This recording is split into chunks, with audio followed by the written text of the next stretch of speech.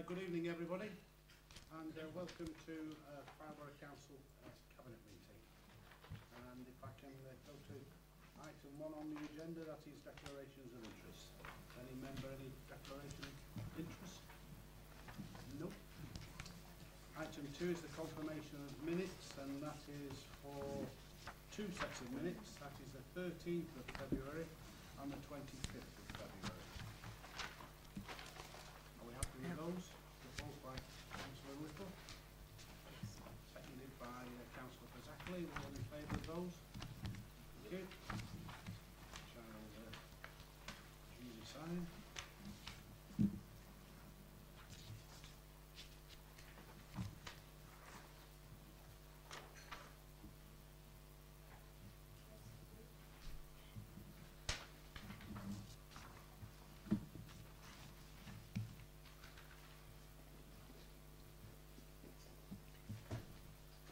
you. And Chief Exec, any urgent items? There are no urgent items this evening, Chair. Thank you. Which takes us to item 4, the Community Focus Scrutiny Committee.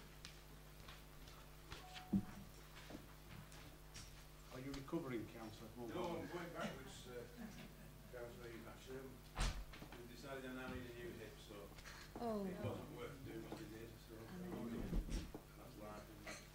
No. Our thoughts on it. Thank you. Right, the Community Focus Scrutiny Committee of the 7th of March, I think. 7th of March. Yeah, 7th of March. Yeah. Sorry, I'm all over the place here. Fylde Coast Bathing Waters.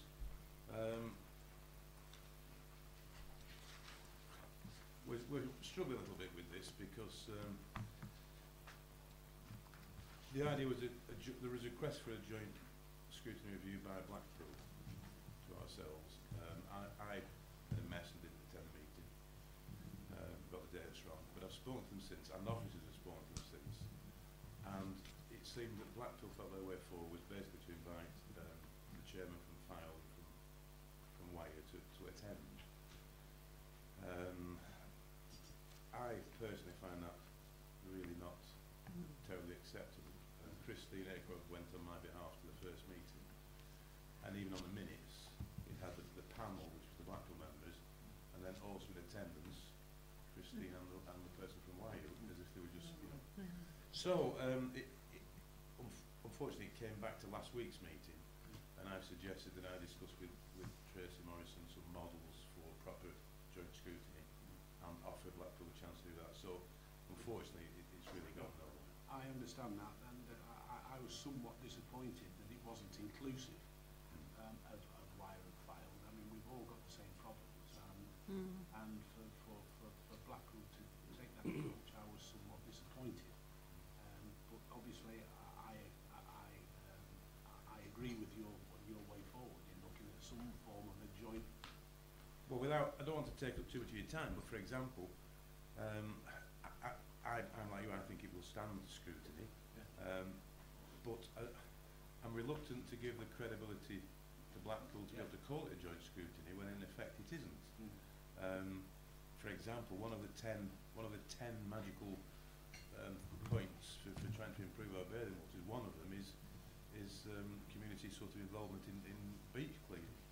Well, you know, whilst that's fantastic, and as a resort we want clean sands and clean beaches, it does absolutely nothing in terms of water quality.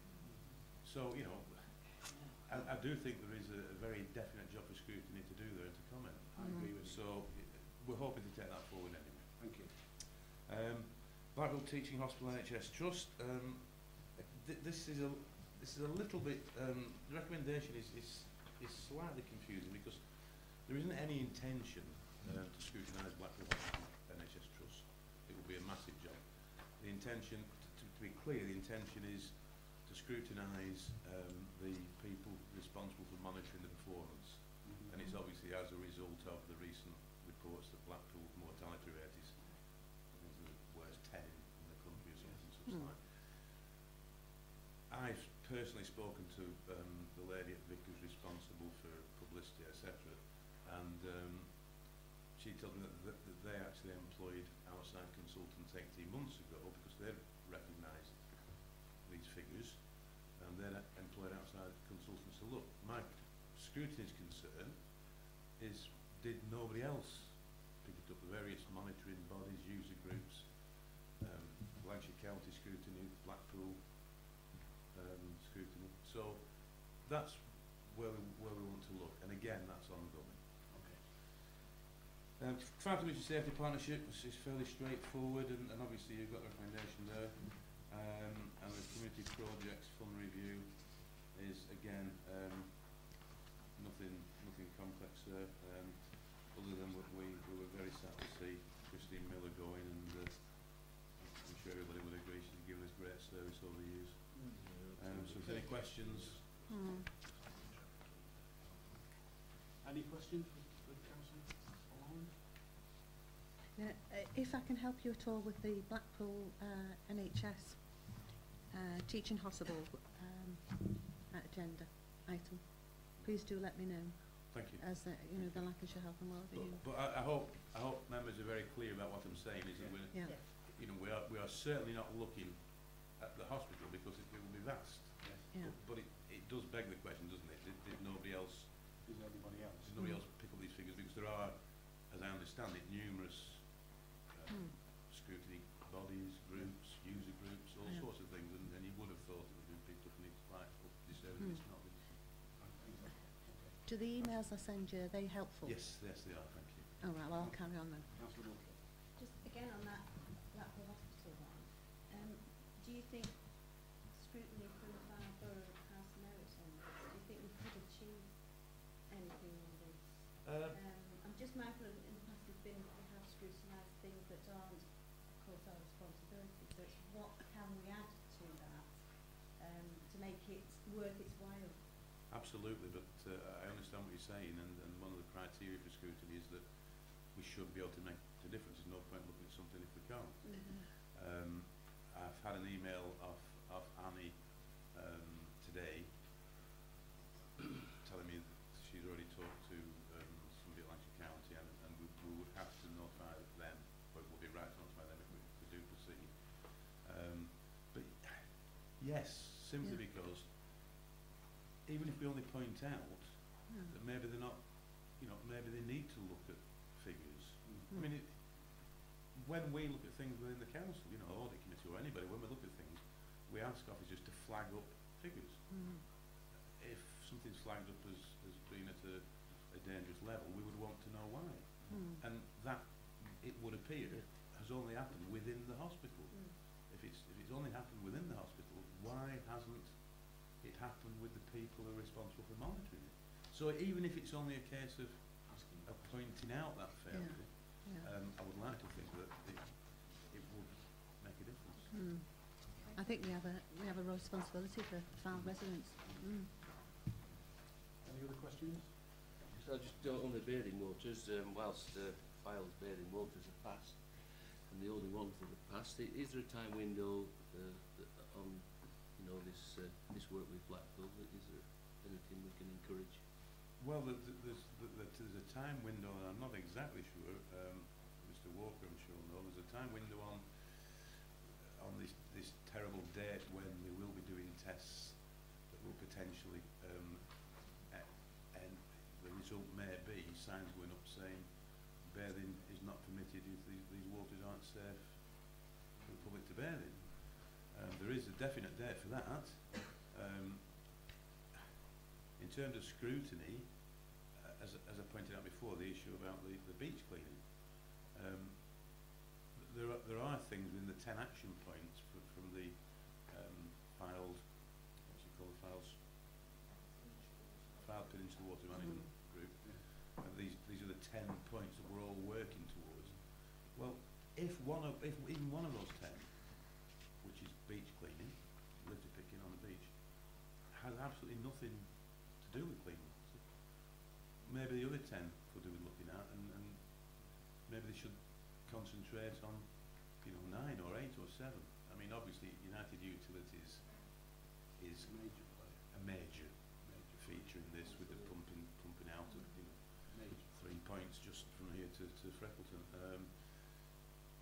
So yeah, there is very much a time scale. Blackpool,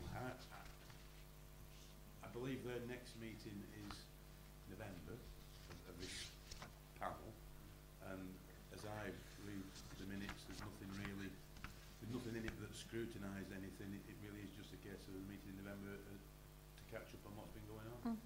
Just from memory, and Blackpool having failed in their the latest water test, that should be concentrating some minds, because from memory, I think it is your record over the past three times that it's sampled, something in that region, whereby the ultimate sanction becomes these waters are unsafe and available. So it should be concentrating.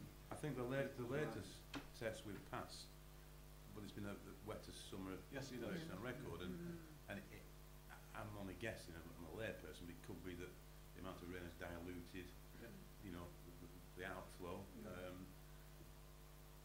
Without a doubt, that it will benefit from scrutiny, without any doubt, because there is a reluctance to give the figures out.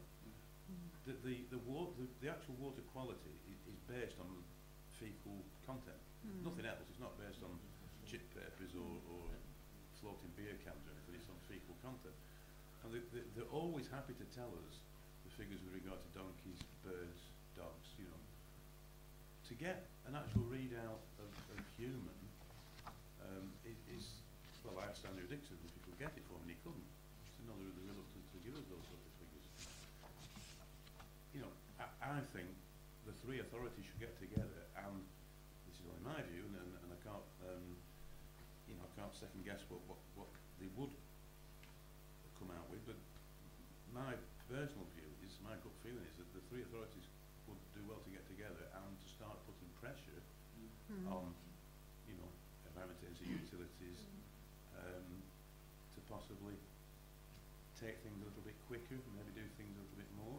I mean, I can't say enough how frustrated I felt when I saw the one about the beach cleaning, because I thought, well, you know, not going to make any Was part of the scrutiny process the Blackpool outflow, which is, I'm told, largely to blame and contributing to the bathing waters failing?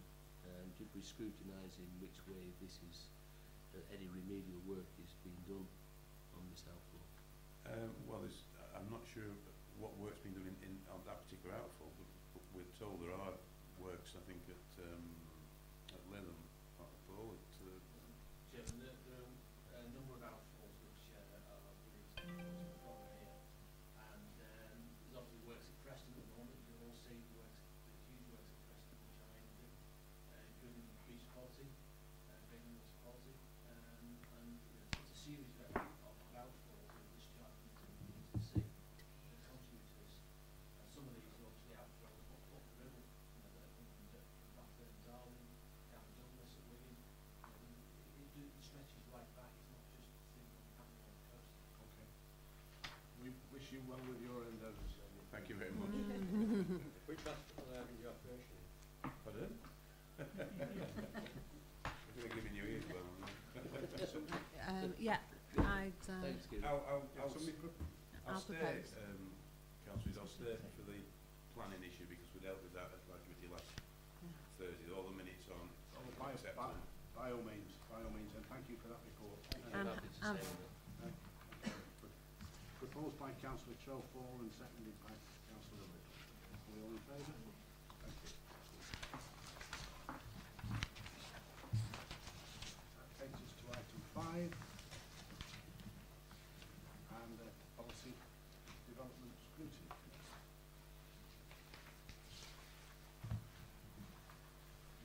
Councillor Wilson, for the We seem to be the crutch and walking stick brigade tonight, don't we? These are the recommendations from two separate scrutiny committee meetings. The first was the meeting on the 10th of January. The we were presented with the report of My Home Choice Fylde Coast Allocations Policy Consultation and the Fylde Coast Tenancy Strategy Consultation by our officers. And David Gillett gave quite a comprehensive report. And following discussion and debate on the issue, our recommendations were to note the review of the allocation policy and to welcome the report of the consultation responses to a future meeting, to recommend that the council approves the draft Fylde Coast tenancy strategy, and to note the new power in the Localism Act 2011 that enables local authorities to discharge their homelessness duty using the private rented sector. We also received a report from Gary Sams on the asset management plan, and we resolved just to note the progress that's been made with the previously agreed action plan. On the 28th of February, we had a further meeting, and that was to look at the final report of the task and finish group to consider the consultation on the assets let at below market value. We did make quite a few changes to our original recommendations after having spoken with various users and looked at their business plans and what kind of issues they would have if we would change where we were as far as lettings below market value. So it was resolved at that time to recommend that the existing financial support from the council to the bowling clubs remain unchanged rather than being reduced. But one of the criteria for doing this was that the bowling clubs in turn needed to really reach out to the public so that the public was aware that they could participate on those greens. They could play without being members of these various bowling clubs, rather than just sort of having it there, and if someone happened to appear at a bowling green and said, hey, can we use it, to actually go out and try to encourage members of the public to let them know this was available. Then to recommend that the annual payment made by the Fairhaven Lawn Tennis Club for court maintenance is reduced by 25%, which is a reduction of £1,446.25 in 2013, as it was in 2012, to try to help them out at the moment because of the very bad weather we had. It affected the tennis club quite a bit. But we also said this was a proviso, again, because what we feel and felt very strongly was that if we are helping to support, and our taxpayers are helping to support an activity within the borough, that activity should be available to those taxpayers who are supporting it. So again, it needs to be available to the public. So we said providing the tennis club was willing to provide at least one grass court or the equivalent spread out across a number of the courts to be made available for the public to use. We also recommended that the payment made by the Lytham Heritage Group for occupation at the Lytham Library should remain unchanged, and that the Lytham St. Anne's Civic Society should also be granted an annually renewable license for the room that they occupy, with an annual license fee set at $250 per annum. And that the draft policy on letting assets under value should be recommended for adoption so that there will be a policy guideline in the future when applications are considered. We looked at the medium-term financial strategy, and most all those recommendations came through when we went to the budget meeting. And I think I've got one more area that I need to bring up to you as well. Let me just see. If there was, I thought there was one other one that I had as well, but I made, the swimming pools. We can't forget the swimming pools. There was a task and finish group that was looking at the performance of our pools. The report was brought to our committee, and the findings of the task and finish group, which were recommended by the committee, and the officer who attended the meeting considered that the recommendations were quite sound, was that the Cabinet consider an extension to the existing SLA with the YMCA in respect of the Kirkham swimming pool, and recommend to Council an unfunded addition to the Council's revenue budget in respect of the subsidy in the sum of £35,000 per annum, plus any inflationary increase from 2014-2015 for a period of 5 years. And to recommend to Cabinet that the needs analysis of swimming capacity in the borough provided by the Amateur Swimming Association should be used to inform development of the local plan, and that comments from the schools and swimming clubs should be brought to the attention of the YMCA through Rural Splash in Kirkham and the quarterly performance meetings at the St. Anne's swimming pool. Thank you very much indeed. Any questions of Councillor Wilson? Councillor Buckley? Several, if I may. Oh dear. Okay, on the My Home Choice Yes. allocations policy. First of all, can you tell me whether Regenda is part of that umbrella of organisations that make up My Home Choice now? I don't know. I've got a sneaky feeling that it's not, and I just wanted to check whether Regenda forms part of that. It wasn't brought up at the, no. What was the question? Whether It's Regenda Regenda. forms part of the My Home Choice group. The group, and that was not brought up during the. It yes, it. I think Regenda it's are pretty well wire-based, aren't they? Yeah. yeah, it's via. Yeah, because they weren't brought forward in our report at all. Okay, I can check that separately. The allocation policy itself, to recommend that we approve the tenancy strategy. Were there any concerns raised in the meeting about the allocation policy, about the way it works? Was there anything raised that we should be aware about? No, I think everyone was quite supportive of it. I know that Councillor Little was with us at Yes. that meeting, and everyone was very supportive of this particular allocations policy. Okay, good. The questions that had been raised were answered to the satisfaction of the committee. Can I add to that, Councillor Buckley? There has been concern in the past There has, because yes, over that's the last few years, I think we've all noticed the transition from a locally based scenario from housing allocations and the need of housing locally to the sub-regional way of approaching it, and this was a statutory directive from the previous government. We had to go down that route.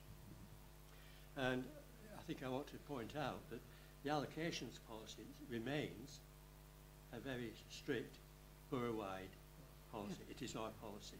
Yeah. And I just want to emphasise that while people may be concerned of this drift towards a sub-regional approach to such things as housing allocations and tenancy strategy, again, we still have control. I just want to emphasise the point that filed tenants do take precedent and they are protected. And anything like Section 106 agreements that to deliver social housing, then that Section 106 policy in terms of being primarily for local need overrides anything that a sub-regional body might try and impose. and it's only when there is no obvious local need does it go to a wider Yeah. audience. Fine. I know of the history, Mm. and it's interesting to know if our members are now satisfied. They were satisfied. Yeah, Councillor Little? yeah, because it's Blackpool, Fylde and Wyre, and they all had their own. And it's interesting to know that Blackpool's key issues were local connection, transient, and the number of people on the housing waiting list for Blackpool with no chance of ever being housed in social housing. Fylde emphasised management of expectations of the shortage of available social housing, rural communities, large and growing proportion of older people in its area, opportunities for people to access supported housing, low demand for sheltered housing, access to social housing for under 25s, and accommodation for single people. Whereas Wyre's issues were shortage of social rented accommodation, again rural communities, large and growing proportion of older people, again, and the need to tackle the issues of worklessness and regeneration in Fleetwood. So it is a big band of concerns which are for the Fylde area. Councillor Butler? Yes, and just on the third point about noting the power under the Localism Act, did you just note it, or was there views expressed about whether we should take up this power or not take up this power? Because just noting it means that we're not, okay, that's there, and we're not doing everything. It was just But brought what to, would it you was do? just brought to the attention that it was a possibility, that it could be used if it were absolutely a necessary thing to do. Because you don't want to have, if, you know, someone on the street. And if this were the only way to accommodate that issue and take care of the problem, then that was the way to go. And there was, the committee's concern is that we don't have, that we aren't taking care of our responsibility for people who find themselves in dire straits. So whatever we can do that is granted to us, the committee wanted to be supportive. Okay, this is not about neglecting our duty, this is about No, but who carries it out. who carries it out. Mm. But if it turned out to be a best practice, and could be done better in that private rented sector, then that's the way they would go. But was that, sounds to me that wasn't asked for. From what you're saying, that if it could be done better privately, that's the way they would go, but that's not a recommendation. No, I So mean, it that would was seem just that there what was was, an appetite. that was what was presented to us, and the committee just noted what was said. They didn't question it. They accepted that I must say, David was very good in his presentation. Okay, thank you very much. Okay. Thanks. Can I just add another point which I've always felt very passionate about, and Cheryl, Councillor Little referred to the criteria that various authorities apply when they deal with the allocation policy. And I've always thought it's been misdirected, where it perpetuates people who get access to social housing, usually try and prove that they're right at the bottom of the ladder and they absolutely have need. But then, of course, that just perpetuates an ever-increasing housing benefit bill. And what it does is that, to me, an extremely important part of our community are young people who are in work but tend to be on low wages. They should not be excluded from access to social housing. And I think you'll find if you look at our file allocation policy, there Yes. is a category whereby young people can accommodate social housing, and it's a little bit of a departure from the historic approach to it, where other agencies just tend to give it to those people who seem to prove or engineer getting to the bottom of the pile so that they can access. So I think it's an important distinction that we've got that other authorities and other agencies don't, and some of them were dragged screaming to accept that that should be a category which deserves. I think Progress Housing have actually moving in that direction. It becomes now one of the priorities, is if somebody's in actually in work, Yeah. qualifications better. And I'm also happy to see that they're also they're looking at helping armed forces and their families. With the debate that we've had, Mr Leader, I'm quite happy to present to Cabinet the recommendations that Councillor Fabian Wilson has related to on pages 11 and 12. I think it was extremely important to make the reference of the task and finish group that the 35,000 subsidy to the swimming baths kicks in at 2014 and for a further 15 years. I think I would strongly How many did I say? 5 years. It's only 5. Well, it'll probably evolve into 15. But so with that, I'm pleased to recommend to Cabinet. Thank you. So proposed by Councillor Fylde, Yeah, I'm very happy to second it. seconded by Councillor Whistler. We're all in favour of that. Thank you very much, and thank you very much indeed for your work, Councillor Wilson.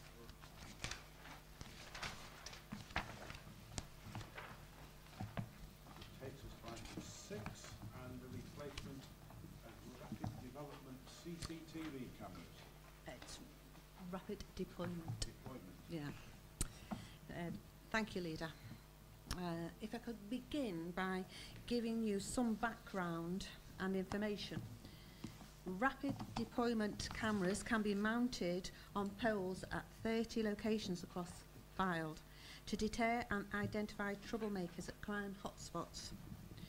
Our existing cameras are getting old and are in need of frequent repairs. Work to replace them will start this year. In fact, Fylde have 4 CCTV systems in place, monitored cameras which are situated in our town centres, 6 in St Anne's and 3 in Kirkham. Lytham has a standalone system which comprises of 4 cameras where information can be downloaded to vans containing CCTV monitors. Rapid deployment, the subject of this report, is a system which can be moved around 30 columns, and of course we've got 2 CCTV liveried vans again containing monitors. Although we are a very safe borough, to maintain this status the work must continue. We are addressing residents' concerns and making a priority of ensuring people feel safe on the streets. These cameras will continue to give that reassurance across Fylde. A crime detected or prevented by virtue of CCTV cameras will substantially pay for itself in monetary terms. The new cameras will be more reliable and therefore reduce costs and maintenance in the short term and be more cost effective. Not all the locations of the camera poles are crime hotspots. These hotspots tend to move over time, but from analysis undertaken, we believe we've got most of them covered. Some of the areas covered have been known for antisocial behaviour. Others cover parks and car parks, which continue to give Fylde residents assurance and confidence. CCTV is an important part of the community safety for Fylde and continue to work to improve the system for the benefit of all across the borough. This report requests that Cabinet approve a fully funded budget increase to the CCTV camera replacement scheme. That is within the approved capital programme 2013-14 in the sum of 36,000 to be met from a further contribution from the LSP. The total cost of the scheme is estimated to be 80,000. It also requests authorisation for the replacement works. Colleagues are requested to endorse the recommendations as detailed in the report. Thank you. Thank you. Any questions with regards to CCTV? Well, just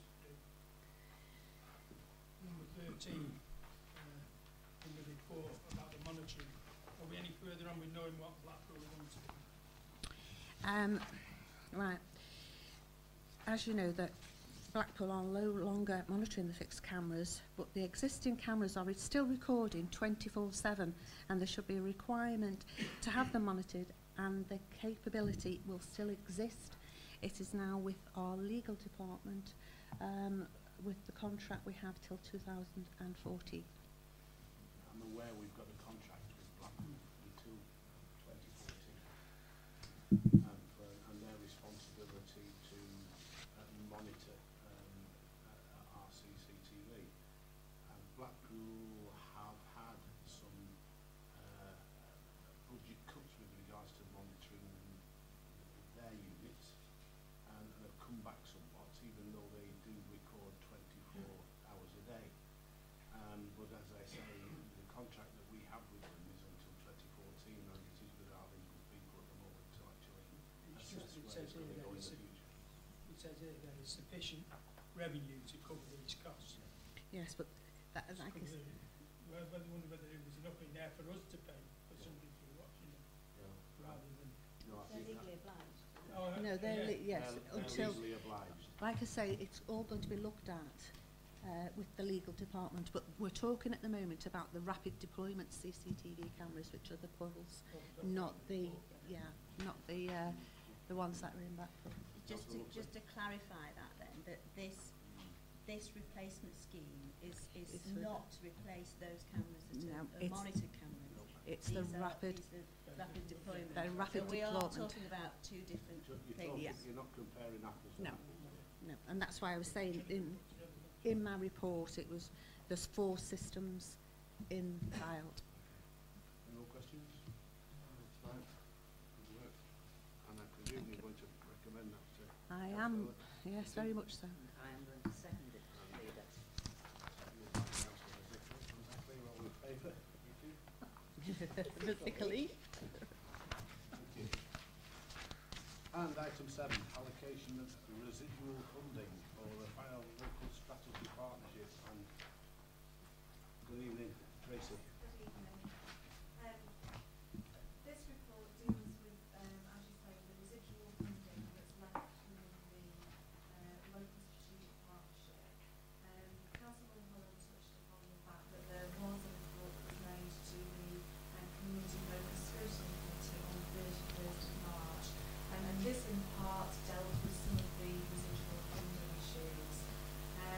The Local Strategic Partnership Executive, at one of its last meetings, had agreed that due to the success achieved by the Community Projects Fund over the course of the last several years, that it would like to allocate a total of £50,000 to continue with the Community Projects Fund for the next 2 years, and this will now be operated under the umbrella of the council. This will allow local groups to continue to access funding for the years 2013 and 2014 and 2014-15, and that's for grants between £500 and £2,000. The Community Local Scrutiny Committee considered this particular matter and recommended this course of action to the Cabinet for approval. In bringing this report this evening for completeness, there were other residual amounts of funding within the local strategic partnership budget. And if you turn to page 32, at the bottom of the report, you will see that point 2 says discretionary fund. At its final meeting, the local strategic partnership also wished to allocate an additional amount of funding in the sum of just over £16,000 and to the Community Project Fund, but to allow for smaller projects and those up to £500, whereas the main fund runs from £500 onwards. We will need to develop a process for applications along the same lines as the Community Projects Fund, but this is likely to be a lighter touch with small amounts of funding involved. Also, the Local Strategic Partnership Executive agreed that it would contribute £25,000 for Fylde Council's overhead costs in supporting the Local Strategic Partnership in 2012-13, and this is a bonus payment in terms of money that was expected to come to the Borough Council. In terms of the residue of funding available after those amounts that I've described, this comes to approximately £66,000. The Local Strategic Partnership council that this should be allocated to the Community Safety Partnership. This was on the basis that the Community Safety Partnership is a continuing partnership that will exist in the foreseeable future. And many of the statutory and other partners that have sat around the local strategic partnership executive table in the past are one and the same who are involved in the CSP.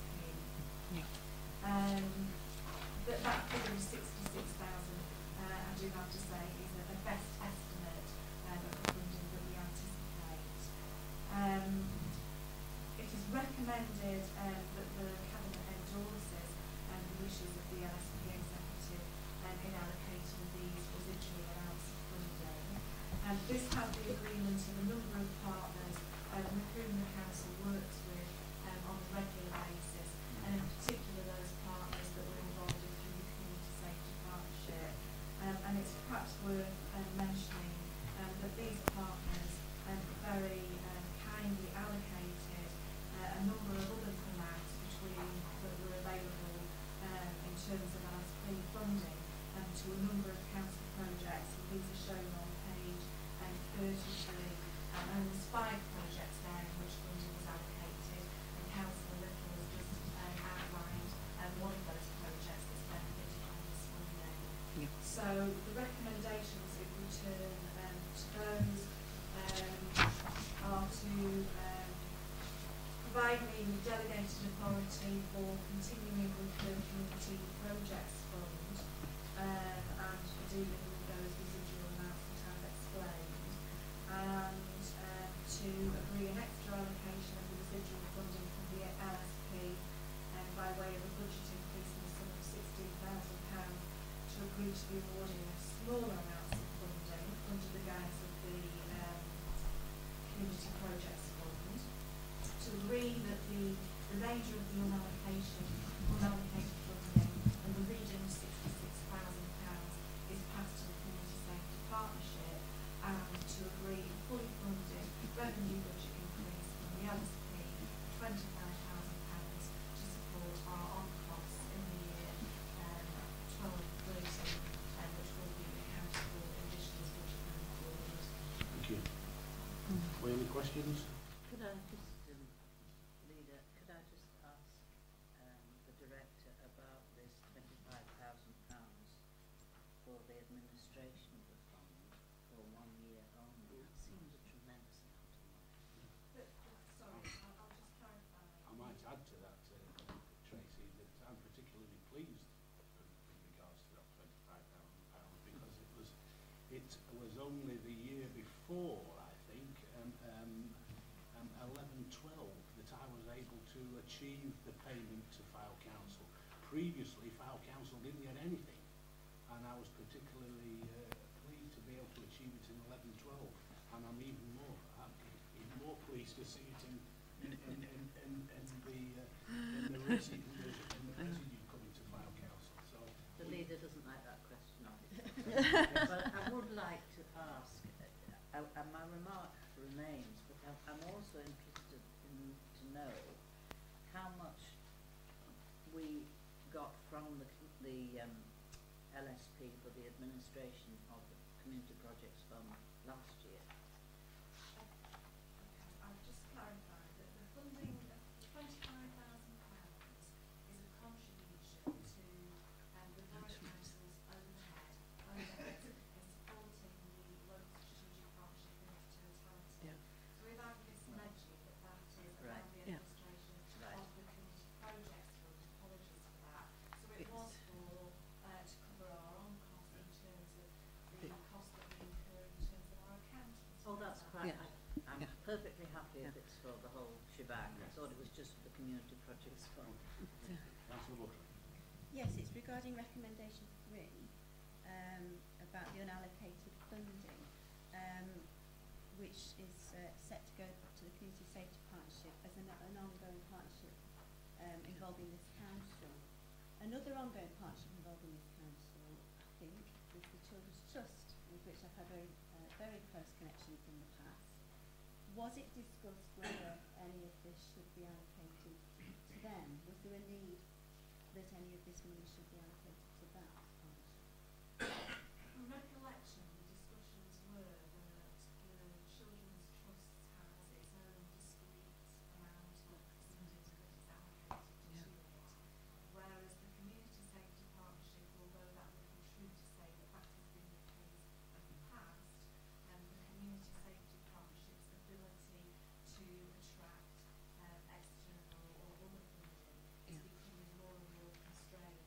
So it was felt that the need of the Community Safety Partnership was greater than the need of the Children's Trust in terms of continuity of funding going forward. Okay, so it was considered. It was I just want to make sure it was. Right, thank you. Any other questions? I think the Children's Trust get it from LCC as well, don't they? They get some money from LCC, is that something? That's right, Councillor Point is right. They do get a sizable allocation of funding from the council. Are you quite happy now? And with regards to that, I'm more than happy to propose this item. I'm particularly keen to see that the spirit of the LSP is still ongoing, with working with partnerships and that may be ongoing. And as I've already made comments to item 4 as being particularly keen on that. So recommendation 4. So I'm pleased to recommend the item. And I am now happy to second. Thank you, Councillor, for that. And thank you. Silly. Item 8 is the planning improvement plan. And Paul, want to say a few words? Or Trevor's going to introduce? Yes. Yeah, the planning improvement plan. It's slightly unusual. If you look at the recommendations on the first page, it's slightly unusual in the sense that the recommendation talks about presenting to Cabinet the recommendations from the review, the peer review, and at the same time directs a consideration of any comments made by the Community Focused Scrutiny Committee. And I think it's obvious to all that the minutes of that meeting, which was held last Thursday, aren't before this Cabinet, but we are invited to make comments about it. So before I refer to the 13 main recommendations from the peer review, and by the way, it's on page 75 of Appendix 5, I think it would be only pertinent to put it into context, especially when I make reference to some of the comments made in the scrutiny meeting of last week. And I think people have got to be reminded that the reason why we had a peer review in the first place was simply as a result of repetitive criticisms of our planning service and the delivery of that planning service by certain members on the council. And as a consequence of that, the Chief Executive invited an outside body, namely the Planning Advisory Service, to come to Fylde and review all aspects of the planning service. The Planning Advisory team was composed of members of the local government association, actual members of the Planning Advisory Service, and they were led by an elected member from a borough down south. They came to Fylde and they spent 3 full days. One of the comments made in scrutiny that this was a very superficial sort of approach, and how could they in any detail come to a comprehensive and an accurate reflection of the weaknesses of the planning system. Now I just want to put that position and just to rectify that idea, because I thought the review team were very comprehensive. It wasn't a in and out sort of quickly sort of exercise. That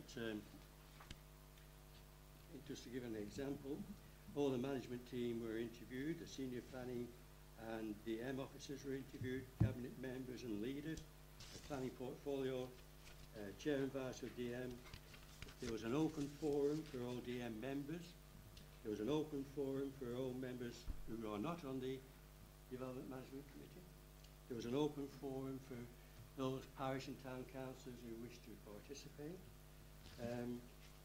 We consulted our neighbours. They talked to Wyre, they talked to Blackpool, they talked to the Lancashire County Council, and they talked to the one of the chairs of the LSP. So I think it was rather comprehensive and certainly could not be dismissed as something superficial. That report was considered by the Community Focus scrutiny last week. And I have to say it's my firm opinion that it really wasn't scrutinised in the way I expected or anticipated.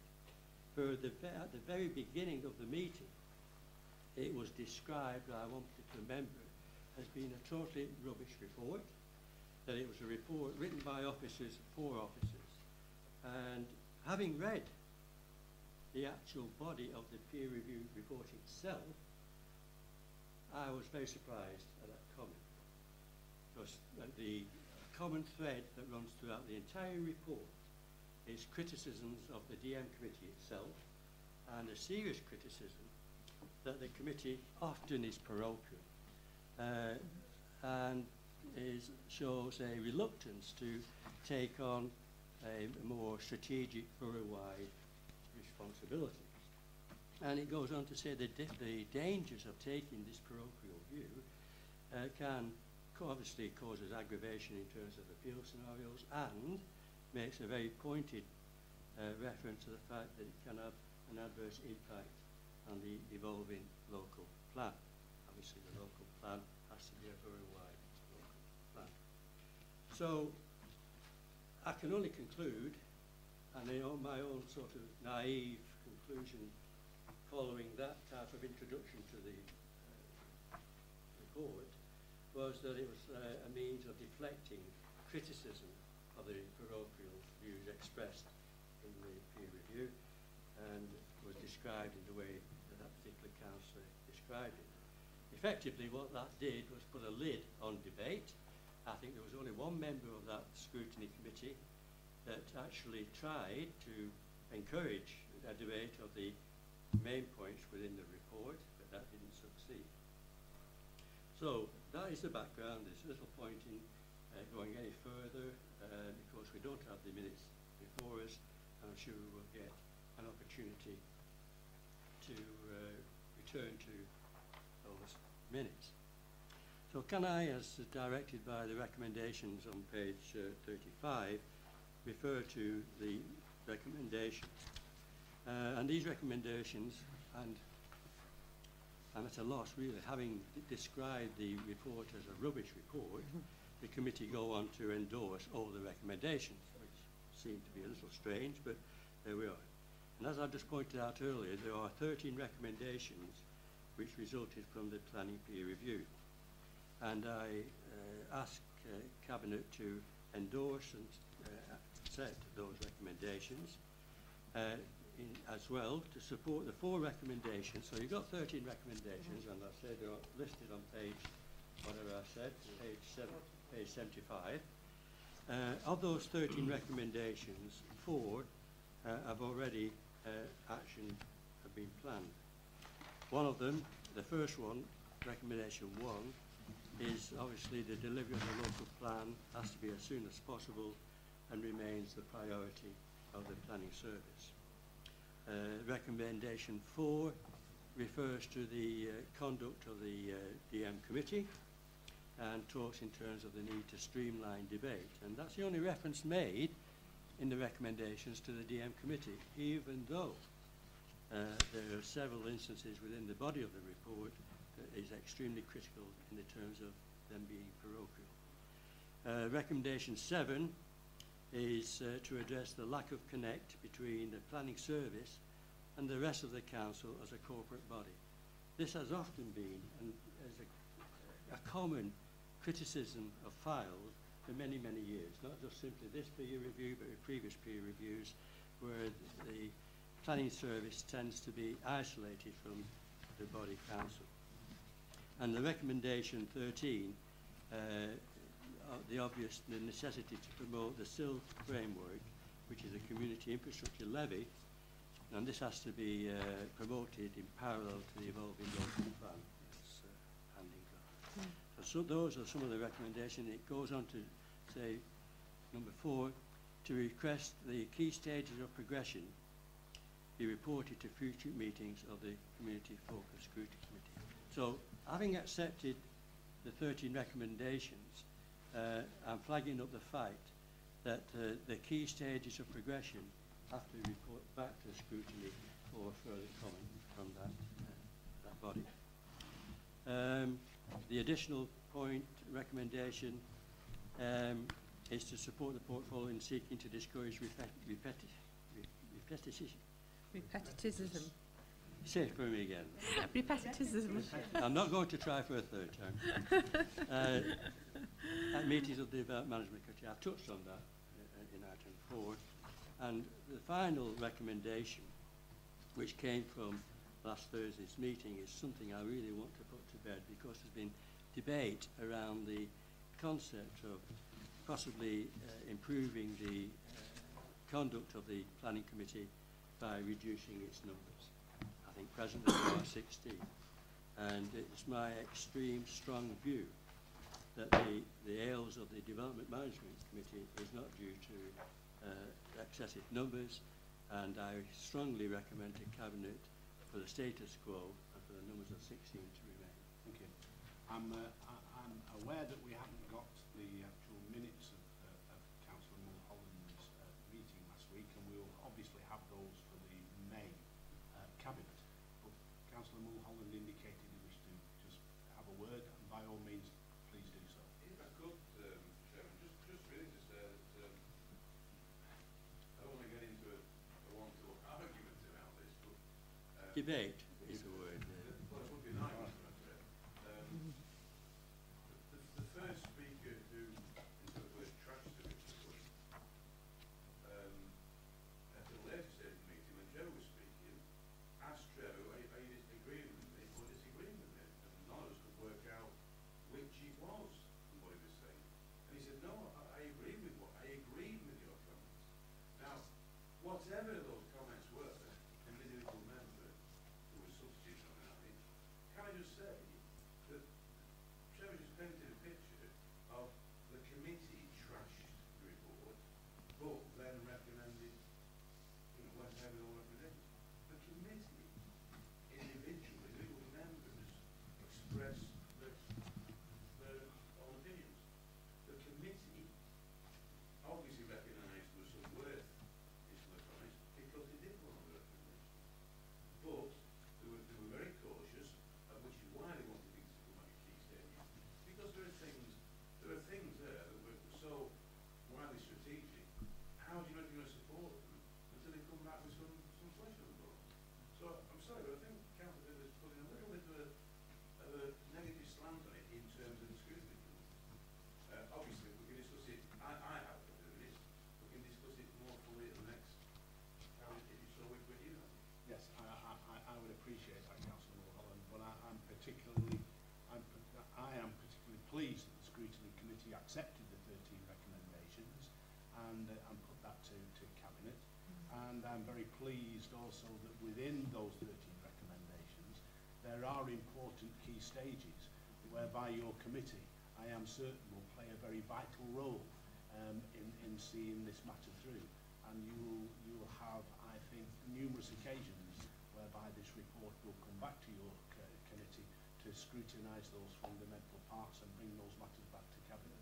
Can I just, again, I take Kieran's point, and I really do enjoy engaging with Kieran. We often do it over a pint, and the fact that we have a totally different opinion, but I must correct the impression that Kieran gave in terms of the portfolio holder in any way supporting the comments that the person who introduced this report as a rubbish report did into it. I went on to talk about the reasons possibly why members were parochial, in that national planning policies have tended to cause a rift between the rural and the urban in terms of interpreting and applying national planning policies. But in my immediate reaction was one of despair when I honestly, Kieran, and I'm sure you'll be able to reflect on this when you leave, is that I honestly thought the committee did not scrutinise the body of that report. And I have to say that when this particular person, councillor, moved that it was a rubbish report and it was a report by officers for officers, the chairman did actually endorse that view, which effectively did put a lid on subsequent debate. And there wasn't scrutiny in terms of what I expected. There wasn't a learned approach to trying to appreciate that report. As I say, there was only one councillor on your committee who actually did try and engage the report, and he got nowhere. So we wait and we look forward to engaging at a further time when your minutes come to this cabinet. I disagree, but it's everywhere that I'll reserve that until Okay. I think we all have.